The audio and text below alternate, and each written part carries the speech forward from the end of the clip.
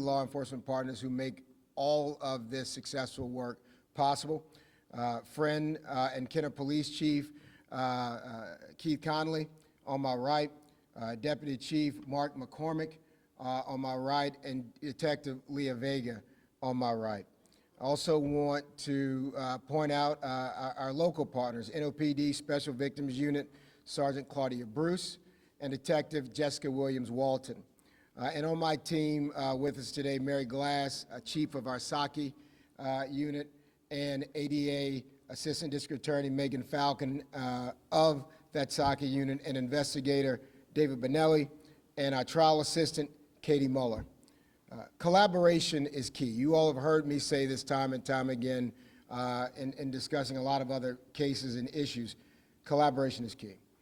The collaboration between our agencies has never been stronger, and that is what has brought us to this point today. As many of you know, we have been working hand in hand, our office with NOPD Special Victims Unit, to investigate and prosecute cold sexual assault cases. And I want to put a little finer point on that phrase, cold sexual assault cases. Someone in other areas of crime might commit a crime once, and that's it. You talk about a predator. You're talking about somebody who is preyed upon an individually sexually. Those crimes tend to repeat. And that is why focusing on the solving of these cold cases can prevent future victims. Through the partnership with NOPD, we have discovered a CODIS DNA hit linking Lucien W to additional sexual assault cases, some of them dating back decades.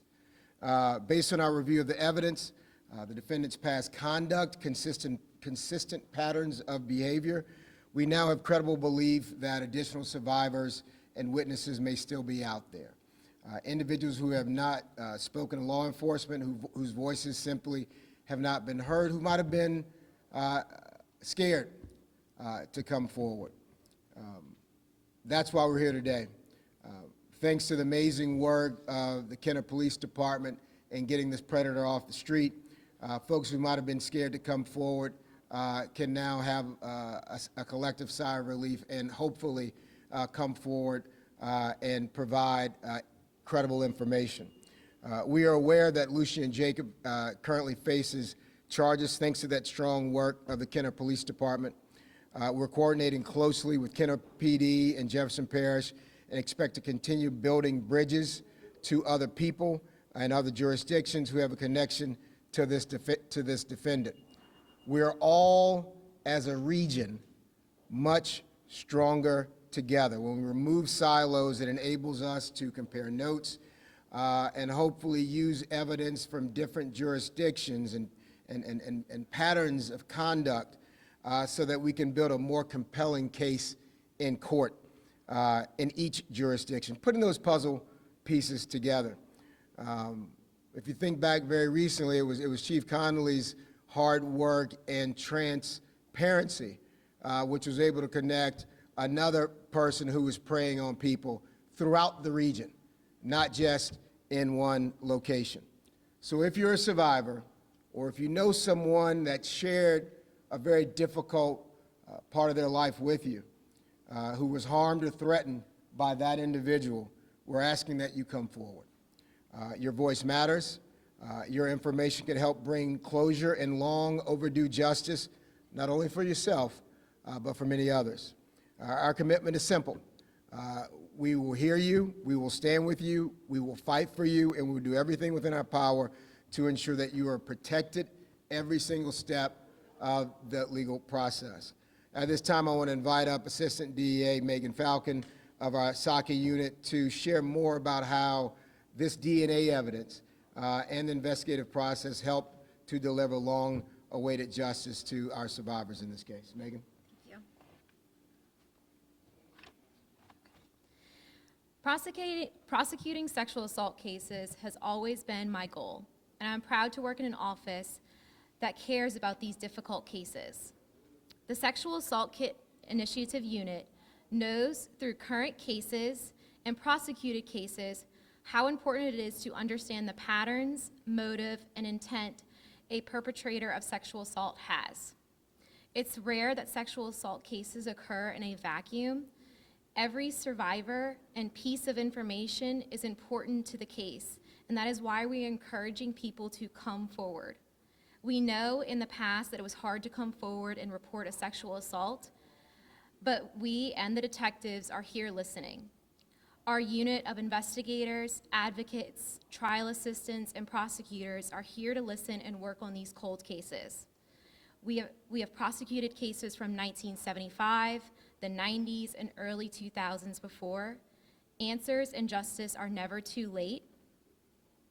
There are designated NOPD cold case detectives that are always willing to go the extra mile for those cold cases that some believe were forgotten or were never going to be solved. They are willing to search through the rape kits, go through secondary evidence to see if we can find DNA from another piece of evidence that was left at the crime scene, locate old police reports, pick up where the previous investigation left off, and put together puzzle pieces that were left from previous investigations. They are also willing to speak to those survivors again to help bridge the gap from the past. Please understand that it's never too late for answers and justice. Thank you. Thank you, Megan. Megan's remarks about the ways that new DNA evidence and new DNA evidence analysis has sort of changed the game as it relates to sex crimes and serial abusers is extremely important. But what has proven true over and over is that sometimes the most compelling evidence can be useless if we fail to share that information in a collaborative way across parish lines. Predators don't pay much attention to parish boundaries, and they drift in and out of different parishes, hurting people. And I can't thank Chief Connolly and Detective Vega and their team for the extraordinary investigation they put together to close this case by arresting this perpetrator. Their work could have ended there, but they know, like we know, parish boundaries don't hold predators. And we have to be smarter than we've ever been to make sure that we can make our region safer, not just our parishes. So I want to thank you, Chief, again for your collaborative work. And Detective Vega, amazing, amazing work. If you or anyone you know has any information related to the individual on the screen to my left, Lucien W. Jacob, also known as Billy Jacob, Little B Jacob, or Lou Jacob, please contact the NOPD Sex Crimes Unit at 504-658-5523. As we witnessed recently with the apprehension of Derek Groves, the final escapee from our local jail, even seemingly small details can make a huge difference in a law enforcement investigation. So if you believe you've got a tip or information, don't discount it. Share it. Let the lawmen and women, like the folks behind me, let them vet that information, figure out if it's meritorious or not. Also, call 911 if there's something that, if you're in close proximity to this individual and you feel like you might be in some danger. Crime Stoppers hotline is still available, and that number is 504-822-1111. Together is how we can best bring truth, justice, and healing to the many survivors in our region. And again, the NOPD Sex Crimes Unit, they are under-resourced. They don't have enough men and women there, but these guys have done truly amazing work for our most vulnerable victims. Jimmy Carter said it a long time, the violence and crimes against women and children in this country is one of the most unaddressed issues that we have. I'll take some questions, Keith. We'll open up our own topic. I'll start with the time-speaking message. Good afternoon, DA Williams. You have said that several CODIS hits were generated. Are these additional survivors to what Jacob has been charged on, and how many additional CODIS hits were they? I'm not going to get into the numbers, only to say that when you're dealing with DNA, you're dealing with CODIS hits, the accuracy level is very, very high. This is not like a witness saying, I thought I saw Keith, but it was actually me. Accuracy is key here. CODIS has changed the game in being able to go after predators. and there were multiple CODIS hits, but I'm not going to go into numbers at this time. We'll move next to Fox 8. Yes. All right, well, Fox, good. Yes. Mr. Boyd, you ready? Yes, sir, yes. Just want to ask, can you confirm, how this man was linked to older cases dating back to the 90s, I believe? Through his DNA. When there's a sexual assault, survivors go through far more than what you would imagine they have to go through. If you're watching a Law and Order episode, crime happens, next thing you know, somebody's in court. They skip that part where the survivor goes to the hospital and sits in a very cold room, and their body is an actual crime scene. And nurses and doctors and lab techs will comb over every inch of their body. They actually lay an evidence sheet on the ground to make sure that anything that falls off the body is collected, because it's evidence. It is a brutal process to go through. Nobody would ever go through that if they didn't have to. But that is to collect evidence of potentially the DNA of the attacker.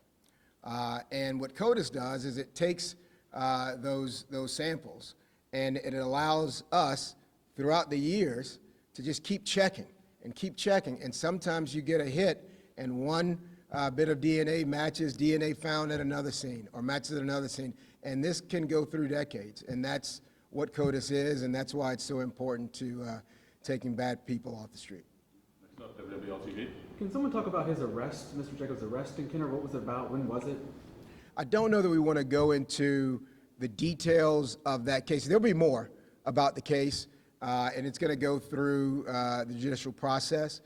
But today is really more about reaching out to potential survivors. And what we don't want to do is taint that case or any other future case by going into those details right now. But there'll be more later on that. Was this a recent arrest or something? Yes. Parker, got a follow-up?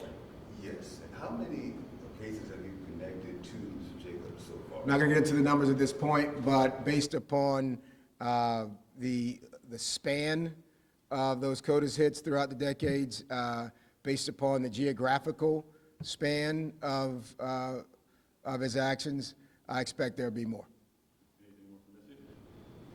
Anything with WGNO? Missy, did you have something? The geographical span, I was wondering, why this press conference is here in Orleans, and can you speak to the geographical span of the community? Well, I can tell you, if you recall back when that young reporter lost his life in Kenner, it turned out that that crew was working in the French Quarter and other parts of our community. And oftentimes when it comes to sexual predators, they are moving from parish to parish or another state, city to city.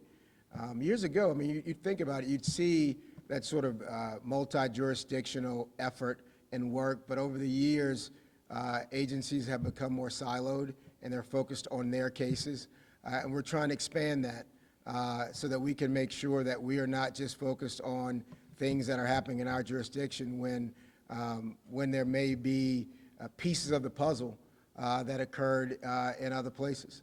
And so we've got to be smarter than we've been.